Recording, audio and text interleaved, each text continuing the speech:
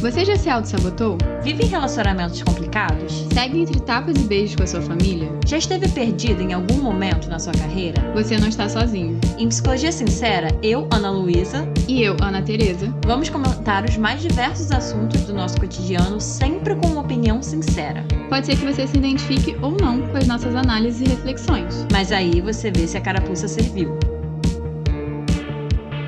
E aí, pessoal, bem-vindos a mais um episódio aqui do Psicologia Sincera. Hoje com um quadro aqui do nosso podcast que vocês mais amam, que é o Analisando. E o que acontece aqui, se você ainda não conhece?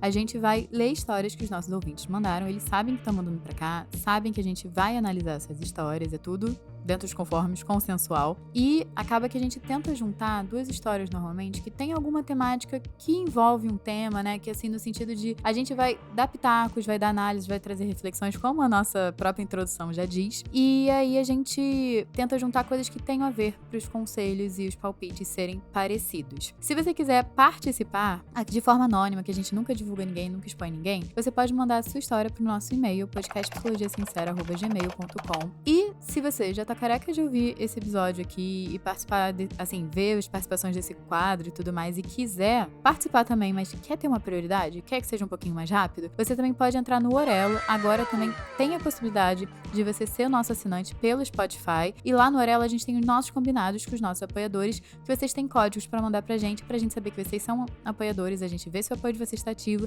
e vocês têm prioridade na hora das suas histórias serem analisadas. Então, se você quiser se tornar um apoiador do Orelo, conecta o seu Spotify ao Orelo, ou vai no próprio Orelo, se você não estiver ouvindo a gente pelo Spotify, se torna um apoiador lá, super ajuda a gente agradece também do fundo do nosso coração os nossos apoiadores, faz total diferença pra gente, vocês acreditarem aqui no nosso conteúdo e estarem ajudando a gente a crescer e continuar fazendo esse podcast. Thank you! E também, além de tudo isso aqui, de aviso, se vocês também quiserem participar da nossa comunidade do WhatsApp, que de vez em quando a gente conversa por lá, a gente debate temas pros próximos episódios, perguntar o que vocês querem mesmo ouvir por aqui e quiserem participar dessa conversa, é só vocês entrarem por aqui no link do WhatsApp na descrição. Bom, então, com isso, bora de primeira história? Vamos de primeira história. Olá! Gostaria de dizer que descobri o podcast de vocês recentemente, mas já entrou para a lista dos favoritos. Obrigada. Tenho 17 anos e o meu caso é um desabafo e pedido de ajuda para receber comentários de pessoas de fora dessa situação. Minha tia assumiu muitas responsabilidades da família toda desde muito jovem. Agora ela tem 40 e poucos anos. Resolveu problemas de seus irmãos, pais, sobrinhos. Vestiu a capa de heroína, entre aspas, mesmo sem reconhecimento. Atualmente, moro com ela, minha avó e meu primo, mais novo do que eu, e neste momento ela cuida de nós, mesmo que tenhamos pais e mesmo que eles sejam seus irmãos. Essa tia sempre reclama muito de ter deixado de viver diversas experiências, incluindo a profissional, concordo com ela, porém não sei como ajudar, e a nossa dinâmica familiar é quase sempre com ela gritando e nos ofendendo. Fico pensando que está certa, guardou mágoas, ressentimentos, frustrações, mas acho injusto ter esse peso despejado em nós, que moramos com ela, em seus momentos de explosões. Tento agradar, podar algumas atitudes para não piorar a situação, mas é possível? Às vezes, sinto que também deixo de viver algumas coisas. Sempre que penso nisso, me vejo infeliz, pois sinto que colaboro para a dor que sente e que também é minha culpa. Ao mesmo tempo, acho que as coisas só mudarão se o primeiro passo partir dela. E quanto mais o tempo passa, parece que isso nunca vai acontecer. Tentei explicar da melhor forma que pude. Desculpe-me os erros de grafia, faltou inúmeras camadas de acontecimentos e fatores, mas não sei muito bem como abordá-las no e-mail. Desejo muitas experiências que tragam um sentido na vida para vocês e para os ouvintes. Que querida essa ouvinte, né? Sim, a primeira dúvida que me veio com essa história foi onde está sua mãe e onde está o seu pai, porque não se fala sobre eles, né? Se fala que eles existem e que são os irmãos. Para! Um deles, né, vai ser o irmão aí da sua tia, mas eu não vi nenhum papel, assim, nenhum protagonismo dos seus pais. Acho que assumo que é por isso que a sua tia assumiu talvez esse papel de mãe, ou mãe e pai, né, de cuidadora sua, que eu entendo que não é o papel dela, mas não é a sua responsabilidade que ela assumiu esse papel, é responsabilidade dela. Eu entendo que muitas vezes, para não ver vocês desamparados, para não ver vocês em maus tratos e tudo mais, ela quis assumir essa postura de heroína, né? Essa capa de heroína. Só que o que acontece? A sua tia, ela tem um esquema de funcionar de autossacrifício. Ela se sacrifica em prol dos outros. Só que eu acho que depois de muitos anos, né? Você fala que desde mais nova ela é responsável, agora ela já tem 40 e poucos anos. Se sacrificando, uma hora cansa, né, gente? A gente se sacrificar pelos outros. Até porque ela tá vendo que custou muito pra ela ao longo da vida não olhar pra si. Até porque, né, muitas vezes a gente tá fazendo coisa pros outros, é uma forma de evitar olhar pra si também, né? Nossa. Já começou metendo a braba, né, Ana Tereza? Desculpa, gente, eu vou tentar ir mais delicado. Não precisa, aqui é psicologia sincera, mas... Mas uma coisa que eu acho um pouco injusta nessa história é que eu acho que a sua tia é uma pessoa que tá muito ressentida com a vida, pelo que tá me parecendo, até porque ela tá sendo agressiva com vocês. Então eu acho que ela tem muita mágoa de muita coisa que aconteceu, mas ela tá despejando isso em cima de crianças. Vocês são crianças e adolescentes, vocês nem são, digamos assim, responsáveis pelos seus próprios atos perante a lei brasileira, só com 18 anos. E aí você e seu primo estão tendo que pagar o preço por escolhas que talvez ela tenha feito até antes de vocês nascerem. Então, eu acho que responsabilizar vocês pela responsabilidade que ela pegou pra ela é muito injusto. Eu entendo que isso te causa muito sofrimento, até porque você não tem o que fazer. Você consegue ver que essa situação tá completamente fora do seu controle? E a única pessoa que consegue retomar o controle da própria vida é a sua tia. Mas eu não sei o quanto ela também aprendeu a fazer isso ao longo da vida. Eu pensei em muitas coisas lendo a sua história, ouvinte, mas pra não me perder, eu vou começar pelo ponto que a Ana Tereza falou, que é esse do autossacrifício, né? Eu fiquei lembrando de um conceito que a gente tem na minha abordagem da Gestalt terapia, que o nome é proflexão, mas eu vou explicar pra vocês, assim, o que é. E é basicamente isso que a Ana Tereza explicou, que é um mecanismo que algumas pessoas têm, que é de fazer pelo outro, e fazer pelo outro, muitas vezes abrindo mão de si, e, inclusive, muitas vezes fazer pelo outro aquilo que gostaria que as pessoas fizessem por ela, né? Então fica nesse lugar de doar, com uma expectativa de que tem algo em troca, né? De que as pessoas ajam de volta dessa forma. E ao mesmo tempo, no meio desse processo de se doar, a pessoa acaba mais priorizando o outro, né? Do que ela mesma. Bem, como a Ana Teresa falou, nesse lugar de um autossacrifício mesmo. O que acontece muitas vezes, também como ela falou, é que além das pessoas cansarem, as pessoas vão ficando ressentidas, e isso fala muito desse senso até de limites. Na verdade, fala de muitas coisas, mas me vem esse senso de limite, esse senso de que a gente já provavelmente falou em algum episódio aqui do podcast sobre expectativas, porque frequentemente as pessoas que vivem nessa lógica, ou como eu no meio de proflexão, ou como a Ana Teresa falou, de autossacrifício, no fundo tem uma expectativa, assim. Não dá pra gente falar que todo mundo tem, mas, num geral, tem esse fundo de uma expectativa, ou de reconhecimento, ou de que as pessoas façam de volta, sendo que é aí que a gente entra, aí que entra o lugar da terapia, que o nosso trabalho é, beleza, além da gente acolher, por exemplo, qual que foi a história da sua tia que levou ela, de alguma forma, a assumir essas responsabilidades, porque aqui a gente não tá falando de culpa, não é sobre de quem é a culpa, é muito mais complexo a gente atribuir culpa nesse lugar, porque outra coisa que me veio é dos papéis que me parecem muito confusos na sua família. Mas pra não me perder, daqui a pouco eu falo sobre isso. Voltando do ponto da responsabilidade, tudo bem, a gente pode acolher que talvez sua tia teve uma história que levou ela a assumir essas responsabilidades, mas chega um momento que, como a Ana Teresa falou perfeitamente, é responsabilidade dela olhar pra como que ela tá funcionando, como que ela tá pegando essas responsabilidades, senão fica exatamente muito nesse lugar de frustração, de ressentimento, e que é importante a gente se responsabilizar pelas nossas próprias expectativas, né? Senão fica exatamente nesse lugar de ficar apontando o dedo pros outros, de vocês não estão fazendo o que eu tô esperando, vocês não estão fazendo o que eu gostaria.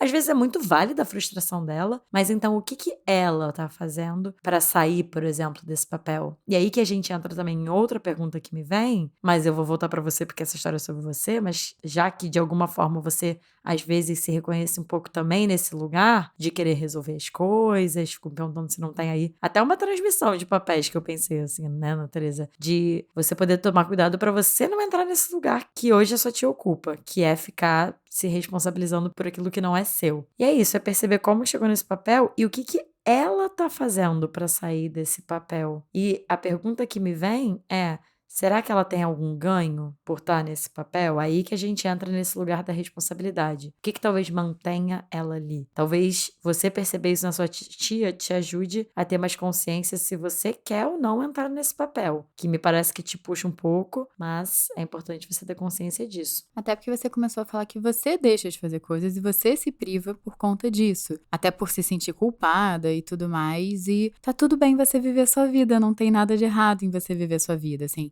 A sua tia, no tempo dela, dado a história de vida dela, ela escolheu não viver a dela. Mas isso não quer dizer que você precisa escolher também. E isso não é uma traição à sua tia, porque algumas vezes eu não sei o quanto você também não fica... Vou tomar aqui as mesmas escolhas, ou vou tomar a escolha que menos causar dor de cabeça pra mim, porque talvez a minha tia se ressinta de mim, se eu escolher diferente dela. Só que você não precisa ser leal à sua tia nesse aspecto, até porque o que eu tô entendendo é que você tá vendo o resultado disso quando ela tem 40 anos e você não quer chegar no mesmo lugar. Então não vamos tomar o mesmo caminho pra não chegar no mesmo lugar. Mas toma um pouco de cuidado, porque você viver sua vida, pra você não é errado. Obviamente, você vai ter cuidado nas relações que você se importa, como você impacta os outros e tudo mais. Tem uma questão também ali de empatia envolvida, mas empatia não é submissão. Vamos botar os pingos nos is aqui. Até porque uma coisa que eu achei muito interessante é que você fala que a sua tia não recebe reconhecimento, né? Eu fico até me perguntando se ela não cobra isso de vocês. Até porque eu cresci num lar onde qualquer coisa que fosse contra, né, abaixar a cabeça, era ingratidão. Não sei se vocês já experienciaram isso. Então, muitas vezes o que eu sinto dessas pessoas que demandam reconhecimento, né, que eu estou supondo aqui que talvez seja o caso da sua tia, são pessoas que, na verdade, querem afeto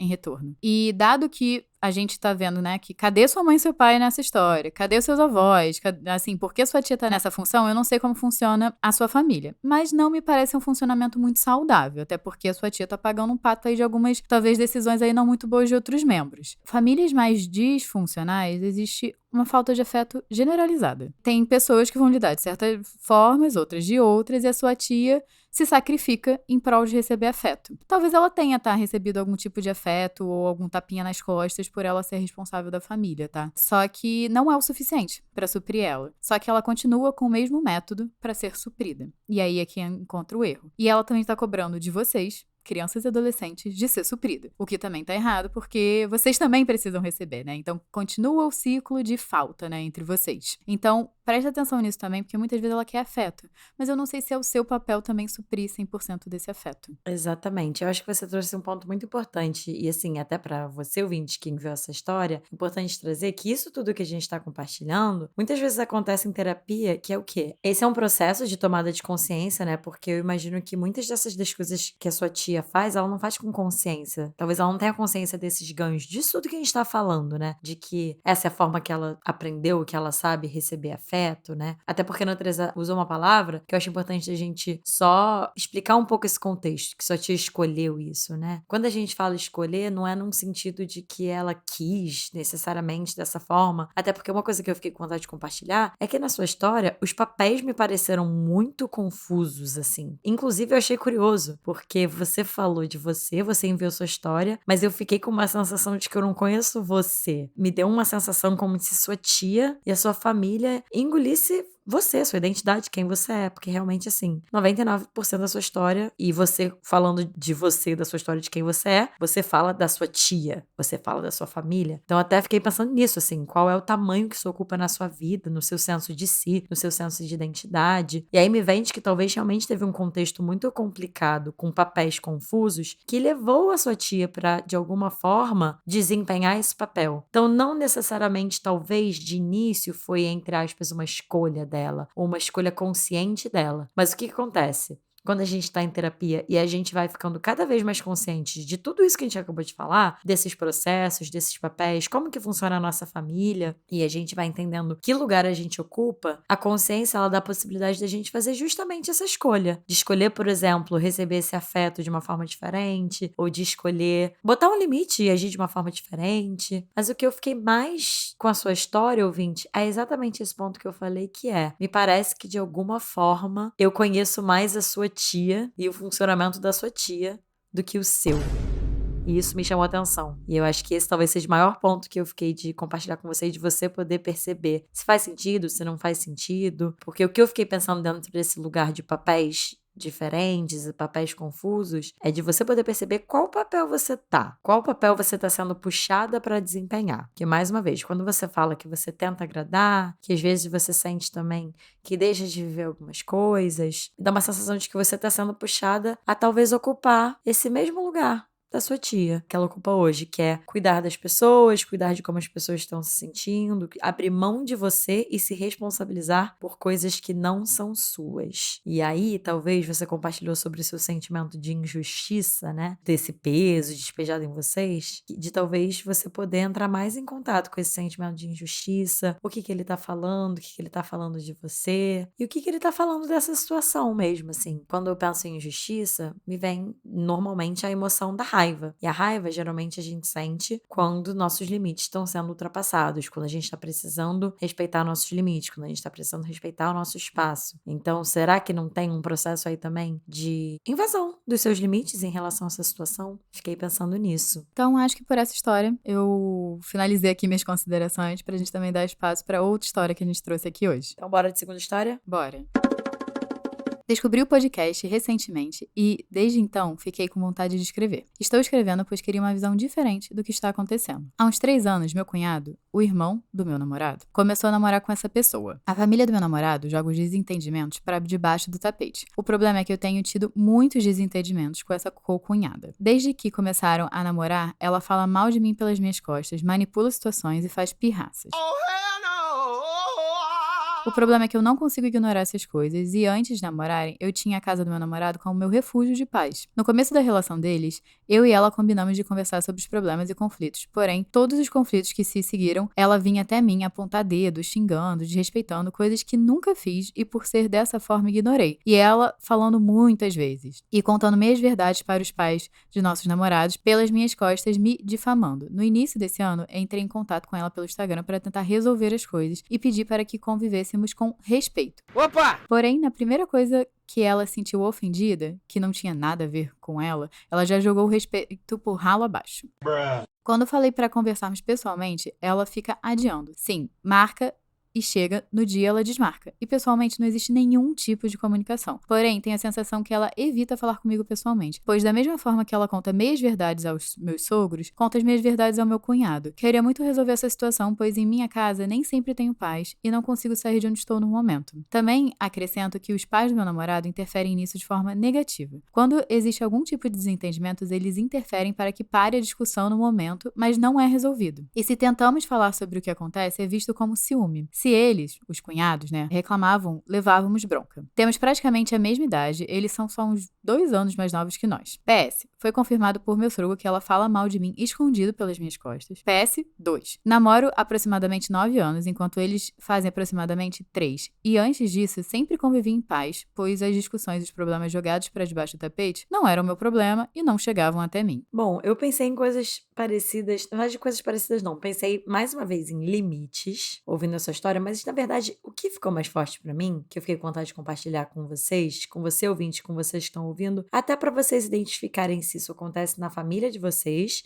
e se vocês reproduzem isso nas relações de vocês, que é famílias, como a gente chama de confluentes, que aí pode ser simbióticas, fusionadas, dependendo da abordagem vai falar de uma forma, mas quando a gente fala confluentes é nesse sentido, bem como a palavra fala, né, assim, de simbiose, é todo mundo muito junto. Geralmente são essas famílias margarinas que não tem limites, que todo mundo se ama muito, mas se ama muito não num sentido, obviamente, positivo e saudável, que é o amor. Se ama nesse lugar de que tem que amar, não pode ter problema, não tem limite e não tem espaço para a individualidade das pessoas. Essas são as famosas famílias simbióticas. E o que acontece muito, como você descreveu, eu fiquei me perguntando se a família do seu namorado é assim, é que essas famílias simbióticas, muitas vezes, elas evitam o conflito, e são justamente essas famílias que jogam os desentendimentos para debaixo do tapete, porque é como se elas não suportassem o conflito, é como se o conflito fosse uma ameaça a essa simbiose, e a partir, muitas vezes, inclusive, do conflito onde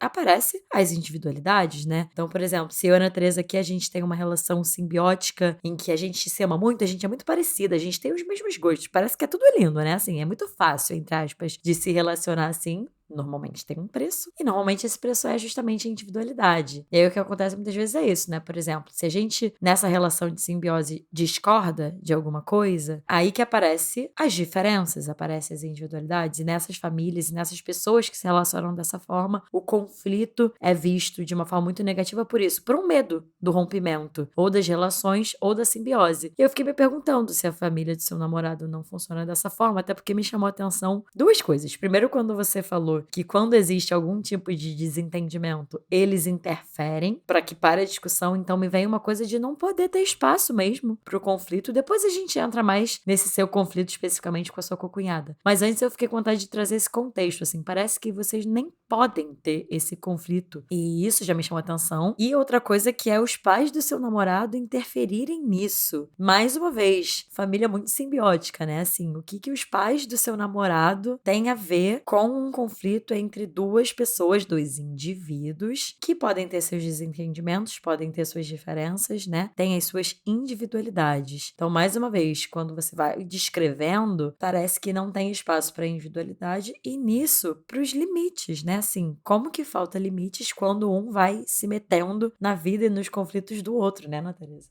O que eu vejo dessa família é que o pessoal é muito evitativo, né? Não pode brigar, não pode ter problema. E quando tem, põe pra debaixo do tapete. E, gente, se relacionar é um trampo. Se relacionar dá trabalho. O que me pega nas duas histórias, pra mim, é falta de controle. Eu acho que as duas ouvintes estão lidando com pessoas que têm um temperamento difícil, que não é compatível com o delas, e que, assim, você não controla o que o outro faz. E isso, algumas vezes, é meio frustrante. Porque, claramente, tá te machucando, a forma como ela tá te tratando, dela te difamar, falar mal de você e tudo mais. E por mais que você tente conversar, você tá tentando a aproximação madura, né? A resolução madura de vamos conversar, vamos botar os pingos nos is, a gente não precisa se amar, mas vamos estar aqui. E ela não quer. Até porque, pra ela funcionar dentro de uma família evitativa, olha só, ela também é evitativa. Ela também marca com você, ela desmarca no dia, ela não quer encarar isso. E aí que tá, né? Eu acho que você também tinha um caráter evitativo, porque você fala que tinha vários problemas ao longo desses 9 anos sendo se relacionava com seu namorado, que você também botava ali debaixo do tapete e era aquele, não me envolve, não me atinge, não vou me meter. Só que, gente, isso vem com preço.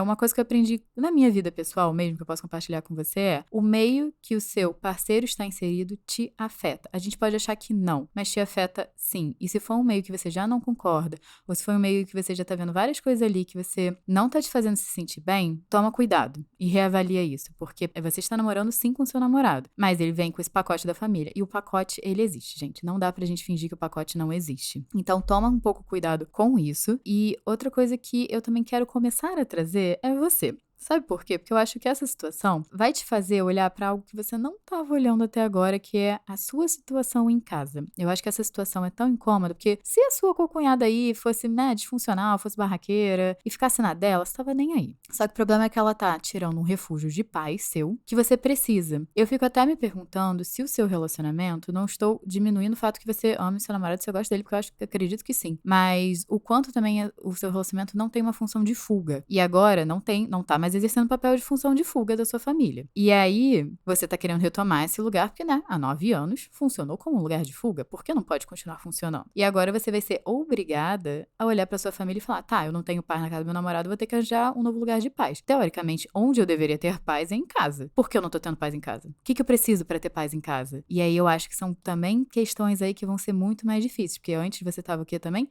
Evitando entrar em contato com as coisas de casa. Eu ia falar exatamente isso, eu ia trazer esse ponto, quando você estava falando da evitação, de que me parece de alguma forma também tem algo que você tá evitando na sua casa, né? Até fiquei me perguntando como que são os conflitos na sua casa. Será que, inclusive, aí não sei, tá, gente? É uma maior hipótese que eu posso fazer aqui, até porque me chamou a atenção que você só jogou um verdinho sobre a sua casa, né? Assim, minha casa nem sempre tenho paz, não consigo sair de onde estou no momento. Assim, a gente não faz a menor ideia do que significa, assim, do que de fato tá acontecendo na sua casa, né? A gente só sabe que você não tem paz lá. Mas eu fiquei com isso, assim, se de alguma forma, até quando a gente tá falando de conflito, porque você falou disso de não ter controle, Ana Teresa, e uma das coisas que ficou pra mim, de alguma forma, nas duas histórias é o conflito, de falar, não gosto disso, não concordo com isso, gostaria que fosse diferente. Eu até fiz uma super hipótese que se na sua casa não tem muito conflito, por exemplo, e aí você tá num ambiente que não aceita conflito, né, assim, que de alguma forma coloca isso pra debaixo do tapete e abafa. E o que é importante a gente trazer aqui, gente, é que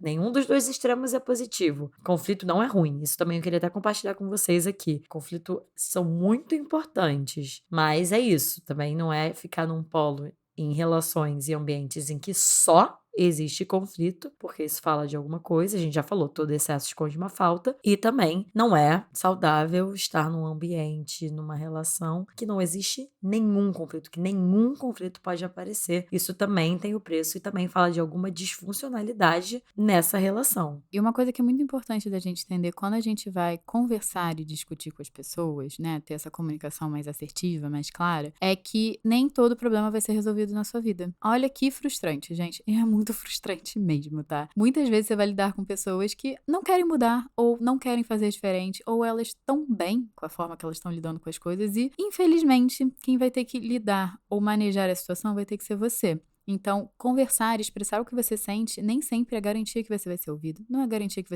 as pessoas vão ser empáticas com você. Não é garantia de nada. É garantia de que você comunicou. Como o outro vai receber, o que o outro vai fazer com isso, você não tem controle. Por isso que eu falei um pouco do controle. Nas duas histórias, eu sinto que as duas ouvintes podem se comunicar da forma mais clara possível que elas conseguirem, porque são situações que estão machucando, e eu acho que tem que falar mesmo, tá? Só que isso não é garantia de que a situação vai mudar. E eu acho que essa é a parte mais frustrante, que a gente se sente mais impotente mesmo, porque a gente tentar resolver, gente, nem sempre vai ser a solução mágica. E algumas vezes a solução, muitas vezes, é se afastar, é se retirar da situação, dado que as pessoas não querem fazer diferente. Ou, que era o último ponto que eu ia trazer aqui no episódio, conviver com o conflito. E quando eu falo conviver com o conflito, não é num sentido de estar sempre em conflito ativo, no sentido de brigando ou discutindo. Mas o que me vem, que eu fiquei com vontade de compartilhar, e você falou exatamente esse ponto, Ana Teresa, que é de nem sempre a gente vai conseguir resolver tudo. E como eu falei, trazendo o início do ponto que eu falei, em famílias simbióticas, que não pode aparecer conflito, é assim, maior angústia do mundo, exatamente o que eu tô falando, que é como aprender a conviver, sabendo que existe um conflito, sabendo que existem pessoas ali que não se dão bem, porque conflito é diferente, por exemplo, de violência, gente. Geralmente a gente fala e escuta histórias aqui no podcast de situações de violência, de famílias violentas, e aí, geralmente, assim, a gente fala muito da possibilidade de romper, inclusive, de colocar esse limite, né? De ninguém precisa se sujeitar a isso. Mas eu acho muito importante, eu fiquei com vontade de compartilhar uma frase da Gestalt também que fala: nem todo contato é saudável e positivo e nutritivo, e nem toda fuga é negativa. Em que sentido? Por que eu falei de fuga? Porque às vezes pode ser um mecanismo mesmo de defesa, por exemplo, entender que existe um conflito entre você e a sua cocunhada e dentro, claro, de respeito, de uma mínima convivência, como que seria vocês poderem conviver sabendo que existe um conflito, sem colocar isso debaixo do tapete, mas também sem essa necessidade de fingir que tá tudo bem. Até porque às vezes eu fiquei com isso, né? Isso tenho aprendido muito, tanto profissionalmente quanto na minha vida pessoal, que é o aprendizado, até do que você trouxe, Ana Teresa, evitação. Uma coisa é a gente ficar, mais uma vez, nos extremos. Evitar tudo e todo conflito e qualquer conversa difícil. E assim, a outra coisa é ficar no outro extremo. Mas como que seria poder escolher? Por exemplo, em que momentos, em prol da sua paz, por exemplo, nessa relação, até do que você trouxe, Ana Teresa, de algumas pessoas na vida do seu namorado que você não vai gostar, o quão sustentável é pra você lidar e talvez, entre muitas aspas, colocar debaixo do tapete naquele momento, de uma forma que não te fira, porque tem isso, a gente sempre vai estar checando o seu limite em relação a isso, em prol da sua paz e de poder estar convivendo ali. Se em algum momento você sente que isso te fere e que isso está te desrespeitando, está passando do seu limite, aí talvez outra estratégia seja importante. Mas eu fiquei com vontade de compartilhar isso com você, até para um aprendizado meu na minha vida pessoal, até na minha família, que é poder aprender a conviver com distância, sem precisar cortar ainda, pessoas que têm um conflito, né? A gente não precisa gostar de todo mundo, isso não significa que elas não vão fazer parte da nossa vida, porque às vezes isso tá fora do nosso controle, como a Ana Teresa falou, mas como que a gente pode fazer isso respeitando esse limite e não fingindo que não existe um conflito? Eu concordo com tudo que a Ana Luísa disse. Sustentar desconforto é desconfortável, é ruim, mas a gente muitas vezes precisa aprender em prol de algumas coisas que são importantes pra gente. E eu acho que uma coisa que não vai dar pra gente adentrar aqui hoje, mas eu queria jogar um pouquinho, né, pra deixar uma reflexão, é como é que você lida com o fato de você não agradar e não ser gostada. Eu não sei quantos anos você tem, né? Isso é muito mais latente quando a gente é adolescente, jovem adulto, mas eu tenho sentido que cada vez eu tenho envelhecido, eu tenho aberto mais mão das pessoas, tipo, gostarem muito de mim, de falarem super bem de mim. Então eu também fico me perguntando como você se relaciona com isso, de você saber abertamente que alguém não gosta de você e que não vai mudar. Independente do que você fizer, nesse momento, né, a gente não sabe os próximos capítulos, mas nesse momento não vai mudar. E como é que você lida até com um certo fato de rejeição, porque essa pessoa te rejeita por quem você é, sem você teoricamente dar motivo, né, entre muitas aspas. Muitas aspas assim no sentido de pra ela deve existir vários motivos, né, mas como é que você lida com isso? Porque é muito ruim saber quando a gente não é aceito, não é rejeitado, a pessoa não tem interesse na gente, mas eu acho que isso faz um pouco parte da experiência de viver em comunidade, porque infelizmente não vai ter como agradar todo mundo. E aí é uma questão que eu acho que também vale a pena se olhar um pouco, né? Será que dá pra ser querida por todo mundo? Você quer também? Uma vez uma amiga me disse algo que eu achei tão legal, assim, legal, vocês vão ver a frase e vocês dizem se é legal ou não, mas tem certas pessoas que é um elogio elas não gostarem de você. Eu acho que não tem nem o que acrescentar depois disso que a Ana Teresa trouxe, mas perfeitamente colocado. Na verdade, o que me veio até porque já trabalhei isso, não só com clientes, mas até na minha terapia pessoal, a gente falou um pouco hoje do preço, né? Qual é o preço que a gente paga por querer ser gostado de todo mundo? Eu ouvi uma vez uma frase diferente, mas nesse mesmo ponto do que você trouxe, Ana Teresa, que é: você não é uma pessoa de todo mundo e não precisa ser.